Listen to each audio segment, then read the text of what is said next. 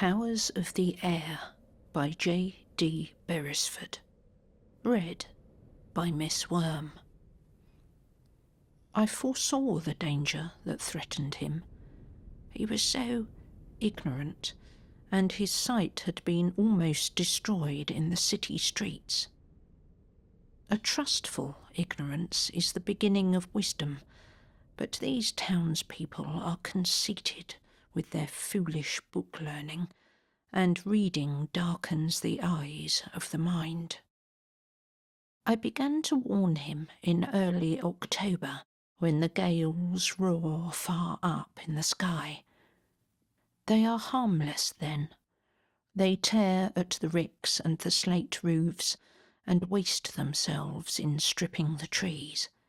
But we are safe until the darkness comes. I took him to the crown of the stubble land, and turned him with his back to the dark thread of the sea.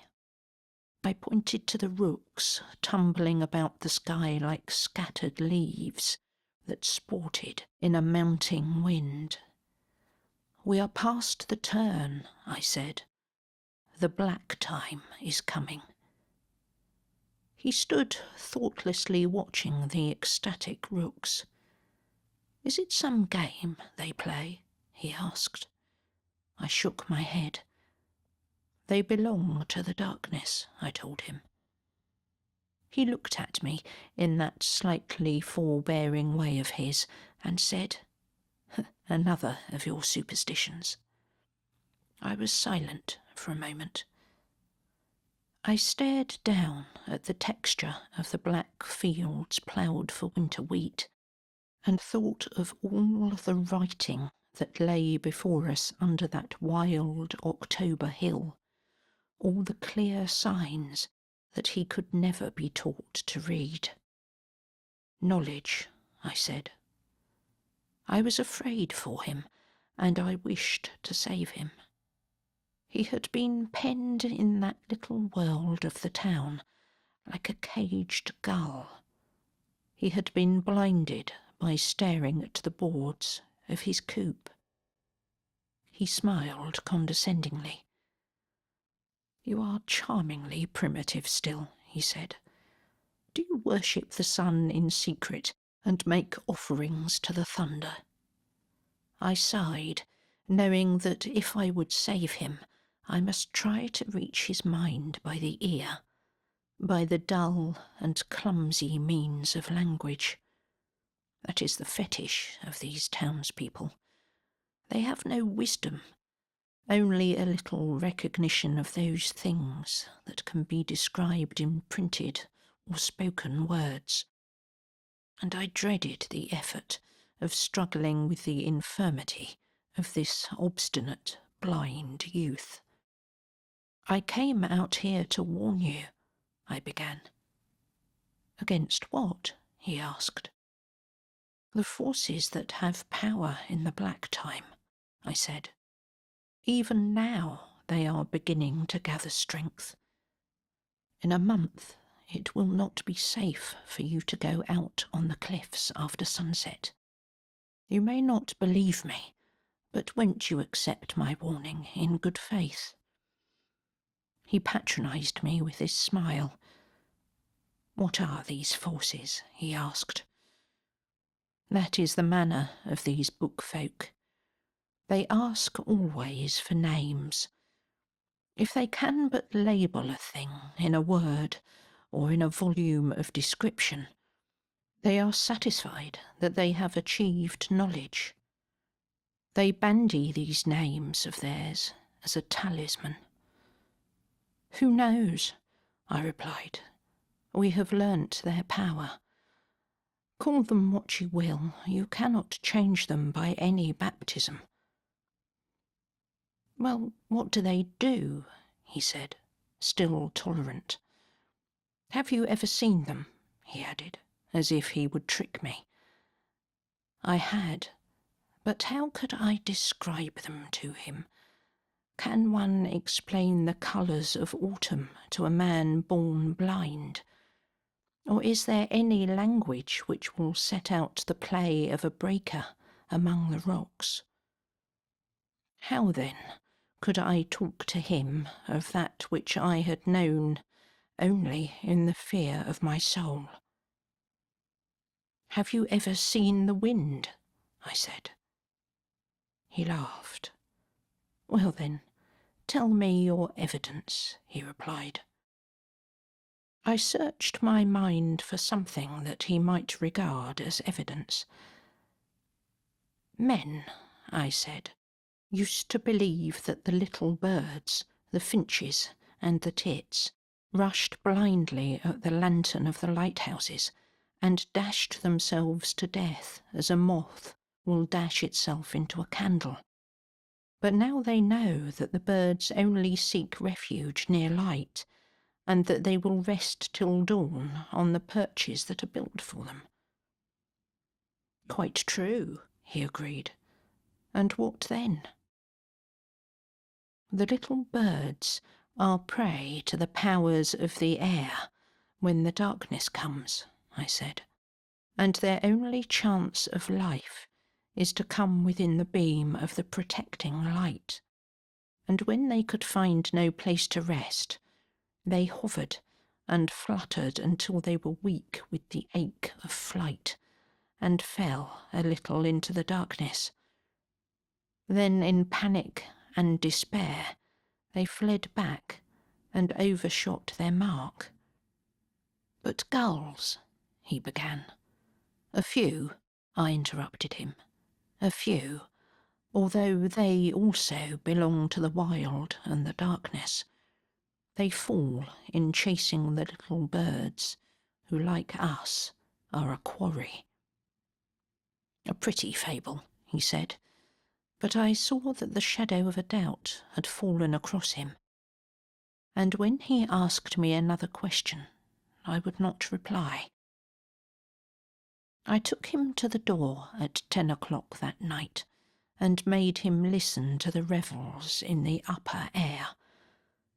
Below, it was almost still and very dark, for the moon was near the new, and the clouds were travelling north in diligent masses that would presently bring rain.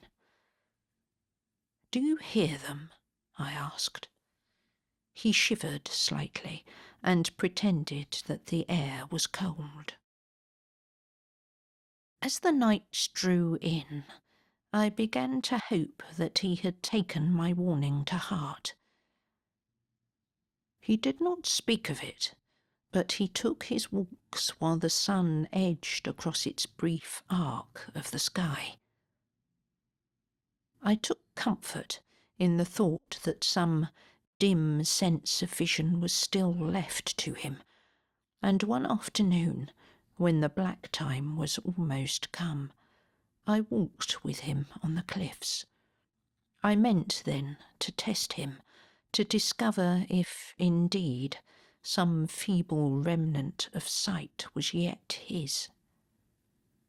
The wind had hidden itself that day, but I knew that it lurked in the grey depths that hung on the sea's horizon. Its outrunners streaked the falling blue of the sky with driven spirits of white cloud, and the long swell of the rising sea cried out with fear as it fled, breaking to its death. I said no word to him then of the coming peril. We walked to the cliff's edge and watched the 1,000 runnels of foam that laced the blackness of Trescore rock with milk-white threads, as those driven rollers cast themselves against the land and burst moon-high in their last despair. We saw the blackness creeping towards us out of the far distance, and then we turned from the sea and saw how the coming shadow was already quenching the hills. All the earth was hardening itself to await the night. "God, what a lonely place," he said.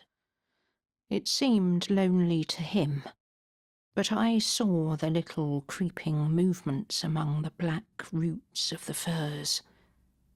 To me, the place seemed overpopulous. Nevertheless, I took it as a good sign that he had found a sense of loneliness. It is a sense that often precedes the coming of knowledge. And when the darkness of winter had come, I thought he was safe. He was always back in the house by sunset, and he went little to the cliffs.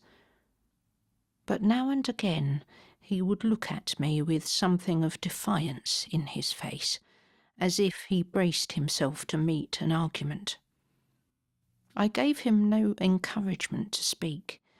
I believed that no knowledge could come to him by that way, that no words of mine could help him. And I was right. But he forced speech upon me. He faced me one afternoon in the depths of the black time.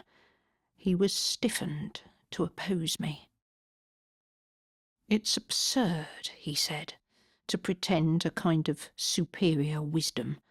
If you can't give me some reason for this superstition of yours, I must go out and test it for myself." I knew my own feebleness, and I tried to prevaricate by saying, "I gave you reasons. They will all bear at least 2 explanations," he said. "At least wait," I pleaded. "You are so young." He was a little softened by my weakness, but he was resolute. He meant to teach me, to prove that he was right. He lifted his head proudly and smiled. "Youth is the age of courage and experiment," he boasted. "Of recklessness and curiosity," was my amendment. "I am going," he said. "You will never come back," I warned him. "But if I do come back," he said, "will you admit that I am right?" I would not accept so foolish a challenge. "Some escape," I said. "I will go every night until you are convinced," he returned. "Before the winter is over, you shall come with me. I will cure you of your fear." I was angry then, and I turned my back upon him. I heard him go out and made no effort to hinder him. I sat and brooded, and consoled myself with the thought that he would surely return at dusk. I waited until sunset, and he had not come back. I went to the window and saw that a dying yellow still shone feebly in the west, and I watched it as I have watched the last flicker of a lantern when a friend makes his way home across the hill. Already the horrified clouds were leaping up in terror from the edge of the sea, coming with outflung arms that sprawled across the hollow sky. I went into the hall and found my hat, and then stood there in the twilight, listening for the sound of a footstep. I could not believe that he would stay on the cliff after the darkness had come. I hesitated and listened while the shadows crept together in the corners of the hall. He had taunted me with my cowardice, and I knew that I must go and seek him. But before I opened the door, I waited again, and strained my ears so eagerly for the click and shriek of the gate that I created the sound in my own mind. And yet, as I heard it, I knew it for a phantasm. At last, I went out suddenly and fiercely. A gust of wind shook me before I had reached the gate, and the air was full of intimidating sound.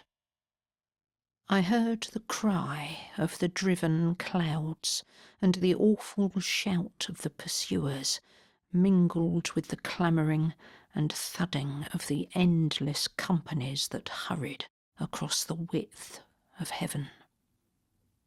I dared not look up. I clutched my head with my arms and ran stumbling to the foot of the path that climbs to the height of the undefended cliff. I tried to call him, but my voice was caught in the rout of air. My shout was torn from me and dispersed among the atoms of scuttling foam that huddled a moment among the rocks before they leaped to dissolution. I stooped to the lee of the singing firs. I dared go no further. Beyond was all the riot, where the mad sport took strange shapes of soaring whirlpools and sudden draughts, and wonderful calms that suckingly enticed the unknowing to the cliff's edge. I knew that it would be useless to seek him now. The scream of the gale had mounted unendurably. He could not be still alive up there, in the midst of that reeling fury. I crept back to the road and the shelter of the cutting, and then I fled to my house. For a long hour I sat over the fire seeking some peace of mind. I blamed myself most bitterly that I had not hindered him. I might have given way, have pretended conviction of at least some sympathy with his rash and foolish ignorance. But presently I found consolation in the thought that his fate had always been inevitable. What availed any effort of mine against the unquestionable forces that had pronounced his doom? I listened to the thudding procession that marched through the upper air, and to the shrieking of the spirits that came down to torture and destroy the things of earth. And I knew that no effort of mine could have saved him. And when the outer door banged, and I heard his footsteps in the hall, I believed that he was appearing to me at the moment of his death. But when he came into the room with shining eyes and bright cheeks, laughing and tossing the hair back from his forehead, I was curiously angry. "Where have you been?" I asked. "I went out to the cliff to find you, and thought you were dead." "You came to the cliffs," he said. "To the foot of the cliff," I confessed. "Ah, you must never go farther than that in the black time," he said. "Then you believe me now?" I asked. He smiled.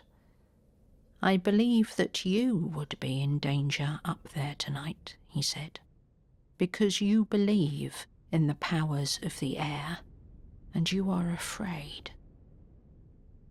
He stood in the doorway, braced by his struggle with the wind, and his young eyes were glowing with the consciousness of discovery and new knowledge.